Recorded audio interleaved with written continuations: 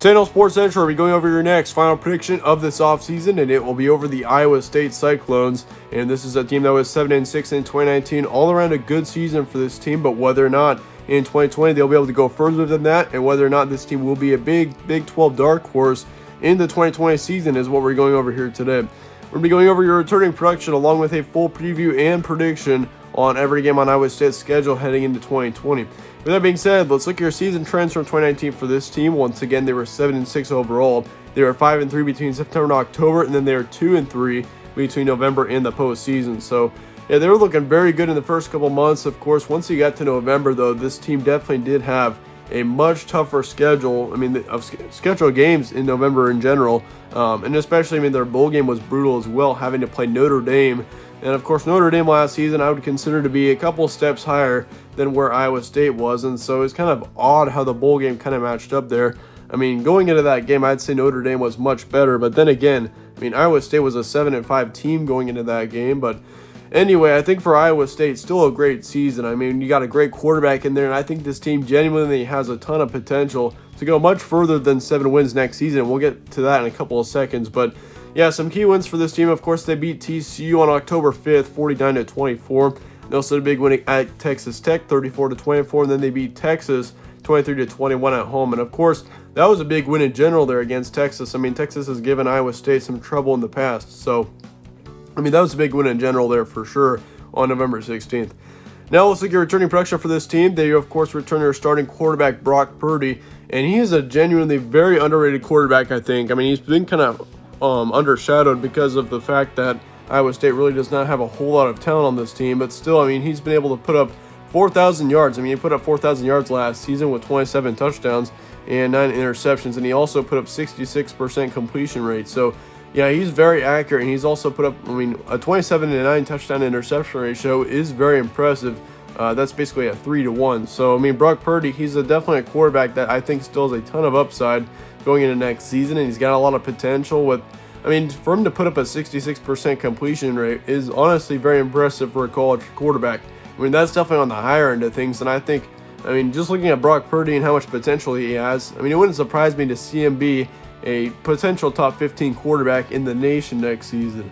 I mean, I kind of thought about that going into 2019. I mean, he already had some pretty good stats in the 2018 season, but yeah, in 2019, he really did not disappoint. I mean, with nearly putting up 4,000 yards, that in general is very impressive. So yeah, watch out for Brock Purdy next season, as I think he could genuinely be, I mean, a top 3 quarterback in the Big 12 is what he definitely could be. I think, I mean, you got Sam Ehlinger, and of course you got Spencer Rattler from Oklahoma, but I think Brock Purdy's right up there with those 2 quarterbacks as well. You do return your starting running back in Breece Hall as well, which is going to be a huge return, as he had just right around 1,200 yards with 10 touchdowns last season, so he was a great running back. One of the better ones in the Big 12 for that matter. And they also returned their second running back in Johnny Lang, which he had 292 yards last season with 4 touchdowns. So he did not have near as big of an impact as Breece Hall did last season, but it's going to be good to return your pretty much your entire running back core for that matter. And that's going to help Brock Purdy as well in that offense, just to kind of be able to return and have more experience on that offense in general. They do lose their top receiver in Deshaunte Jones. That's going to be a big loss, as he had 880 yards with 2 touchdowns. So that's going to be tough for Brock Purdy.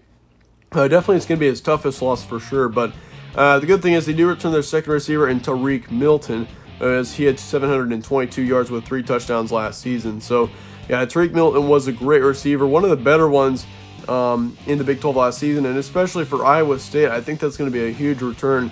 And for Brock Purdy especially, I mean, it's going to be huge for him to be able to have some experience in that receiving core. And I think Tariq Milton definitely is going to be a big receiver for the receiving core next season. However, they do lose their third receiver in LaMichael Petway, which he was a big part of this team as well. And he only had the same amount of yardage as Tariq Milton had, as he had 670 yards with 6 touchdowns last season. So yeah, he was a great receiver as well. That's going to be a tough loss. And of course, in general, I mean, the receiving core does have a couple of big hits, but I think Brock Purdy in general, I still think he's got a lot of potential. I mean, he's got all that talent. I still think he's going to be able to make it happen for him to be a top 3 quarterback in the Big 12 next season. They also return their tight end, Charlie Collar, which, I mean, he's going to be a huge return too. I mean, he was a great tight end last season. Definitely, I would say, one of the best in the nation in general, with nearly 700 yards with 7 touchdowns last season, which that's very impressive for a tight end. I mean, anything above 500 yards for a tight end is great. And Charlie Collar was able to go above and beyond that with 700 yards last season and 7 touchdowns. So that's going to be big for Brock Purdy, especially to return his big tight end in Charlie Collar. So yeah, you can't sleep on that for sure. And I mean, as far as the offensive line goes, you lose 2 on there, and you also lose 2 defensive linemen and 1 linebacker, as well as 1 in the secondary. So the defense in general does not look all that bad as well, as you lose 4 starters there. But yeah, in the end, I mean, the returning production I would say is good for Iowa State. I don't think it's great. I mean, if this receiving core was returning at least your third receiver, I mean, that would definitely help Iowa State in general. I mean, most receiving cores or running back cores at least lose 1, so I mean that's pretty average. But in the end, for Iowa State, I think the biggest concern for me would have to be on the receiving core once again. I mean, Deshaunte Jones was a great wide receiver. Once again, he put up 880 yards last season, so that in general is going to be a tough loss. You can't forget about that. But yeah, in the end, I think Iowa State next season is a team that I still think has got a lot of potential, and especially for Brock Purdy, you can't forget about that. But in the end, it's going to come down to whether or not this receiving core is going to be able to show up for Brock Purdy, in which I do expect it to. I mean, once again, not only do you have Tariq Milton, you still have Charlie Collar, your tight end. So I think they're going to be just fine there. But it brings up the question, is Iowa State a dark horse Big 12 contender? And quite honestly, I think this team is. I mean, if you look at Brock Purdy, once again, I think he's going to be able to make it happen. I know he's losing a couple of big receivers, but I still think he's got the talent and he's got the potential to be able to rise above that and to be able to make some big things happen. And I think, in general, this Iowa State team has got a lot of potential and a lot of talent, too. I mean, you can't forget that you're returning both of your top running backs with Breece Hall and Johnny Lang. So, in the end, I think Iowa State definitely is a dark horse. I mean, no one's really talking about them, which really surprises me in general. You can't forget, I mean, this team has definitely been on the rise in the past few seasons, and I expect it to continue into 2020.